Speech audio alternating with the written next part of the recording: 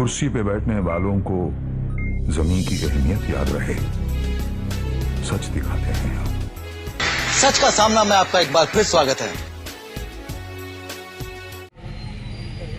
खुदाए बरतर तेरी नवाजिशें, खुदाए बरतर तेरी नवाजिशें, कदम कदम पर तेरा दुगाना, हमारी जिंदगियों में रंग भर दे के रश्क करता रहे जमाना। हम मुसलसल, ये हमारी तीसरी मीटिंग है और हम कॉल ही मीटिंग का दे रहे हैं और अल्हम्दुलिल्लाह आपकी मोहब्बत और खुलूस के यहाँ पर पैर रखने की भी जगह नहीं है और आपकी मोहब्बतों को और खुलूसों को ये मेरा सलाम। आज की मीटिंग शहर अजीज नहीं, पूरे महाराष्ट्र में असेंबली इलेक्शन की दस्तक महसूस हो रही है। ये महाराष्ट्र में दस्तक महसूस हो रही है और शहर मालेगांव में ऐसा लग रहा है जैसे गोया कल ही आपको अपनी हक राय दही का इस्तेमाल करना है। इसकी वजह हम देख रहे हैं कि माजी में जो शिकस्त खोरदा उम्मीदवार थे उनको कुछ और ज्यादा शिद्दत महसूस हो रही है दोबारा शिकस्त के लिए। वो इस तरीके से उछल कूद और करतबबाजी कर रहे हैं और अपनी दोबारा शिकस्त के लिए मानो बेताब नजर आ रहे हैं। माजी में जब असेंबली इलेक्शन हुआ और जब रिजल्ट सामने आए और हजरत मौलाना मुफ्ती मोहम्मद इस्माइल कासमी साहब के सामने जिन्होंने शिकस्त खाई और जब वो अपनी संपर्क पर बैठे सर जोड़कर और जब उन्होंने अपने वर्करों से अपनी बात शुरू की तो उस बात से शहर को अंदाजा और हमें अंदाजा लग चुका था कि आने वाले 5 साल के अंदर इनकी सियासी हिकमत अमली क्या रहेगी। मरहूम शेख रशीद ने कहा था इज़हार तशक्कुर की उनकी उस मीटिंग के अंदर और उनके वर्करों को वो हौसला दे रहे थे और उसमें उन्होंने कहा था कि मुझे इस शहर के उलमा से, इमामों से, मौज़िनों से घिन आती।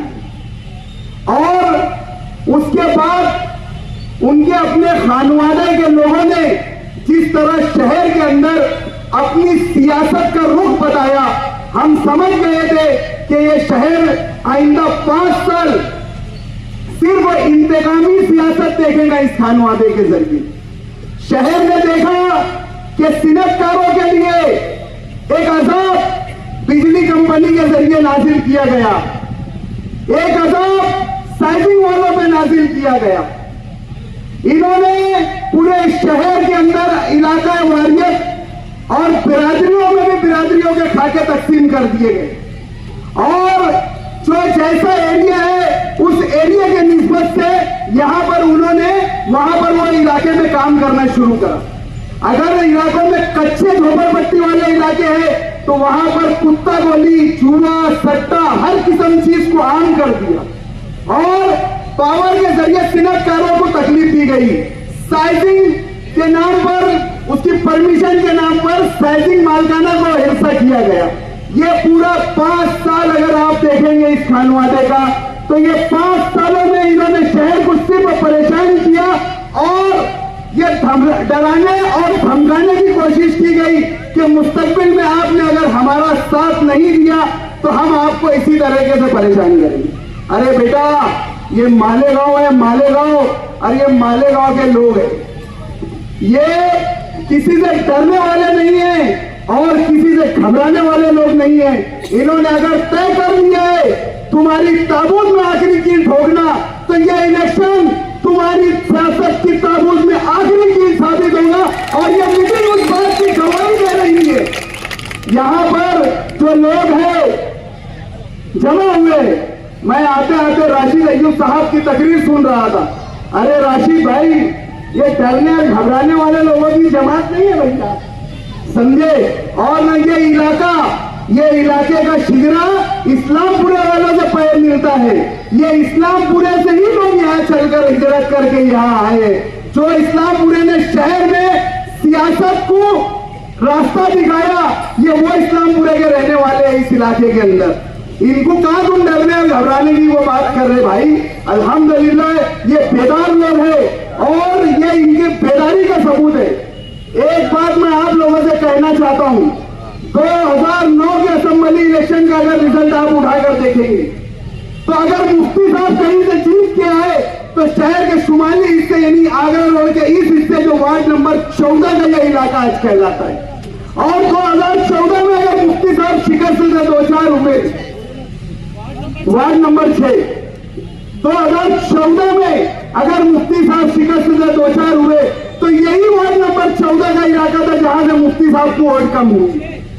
6 मेरे मुंह से बार बार 14 निकल जा रहा माजरत के साथ। 2019 में जब मुफ्ती साहब दोबारा कामयाब होकर ऐवान में पहुंचे तो यही इलाका था, यही वार्ड नंबर 6 था जहां की लीड वो अपने कोई इलाकों में तोड़ नहीं पाए। आपको ये दोनों दफे की तरह जिस तरीके से आपने मुफ्ती साहब को ऐवान में पहुंचाया था, उसी हौसले के साथ, उसी मजबूती के साथ, उसी हौसले के साथ एक बार तीसरी दफे मुफ्ती साहब को ऐवान में पहुंचाना। शहर में कामकाज अल्हम्दुलिल्लाह हो रहा है और तकरीबन 450 करोड़ रुपए के मुफ्ती साहब ने कामकाज किए। कामकाज हो रहा है और कामकाज आगे भी होते रहेगा। ये इलेक्शन अच्छाई और बुराई का है और ये इलेक्शन आपकी मिली समाजी शनाख्त का ये इलेक्शन है। अगर ये इलेक्शन अच्छाई और बुराई का जो नहीं समझते और वो कामकाज की बात करते, अरे हमारी नस्लें अगर तबाह बर्बाद हो जाए, अगर हमारी नस्लों के अंदर कुत्ता गोली और दूसरी नशाऊर चीजों की आदत अगर पड़ जाएंगी तो ये सारे रोड, ये सीमेंट के रोड अगर कांच के भी बन जाएंगे तो ये क्या हम चाहेंगे? जब हमारी नस्लें ही नहीं रहेगी तो ये रोड और गड्ढे हम क्या करेंगे? तो आज हमारी नस्लों की बचा का ये इलेक्शन है, ये हमारी मिली बेदारी का इलेक्शन है, ये हमारी मिली शनाख्त का इलेक्शन है। पिछली मीटिंग के अंदर मैंने मिली शनाख्त का तर्जुमा करा कि मिली शनाख्त किसको बोलते। ऐवान असेंबली में 288 एमएलए है, 288 एमएलए है। ये शहर मालेगांव शहर पूरे हिंदुस्तान नहीं, बर्रे सगीर नहीं, पूरी दुनिया में मस्जिदों और मीनारों के नाम से मशहूर है। अरे ये मस्जिदों और मीनारों के शहर का नुमाइंदा कैसा होना चाहिए? मैंने ये बात कही थी, अगर 288 एमएलए के अंदर मुफ्ती साहब का अगर खड़े होते हैं तो ये बोला जाता है कि ये नुमाइंदा मालेगांव का है, इसकी कदर और सूरत के करीब कही जाती है।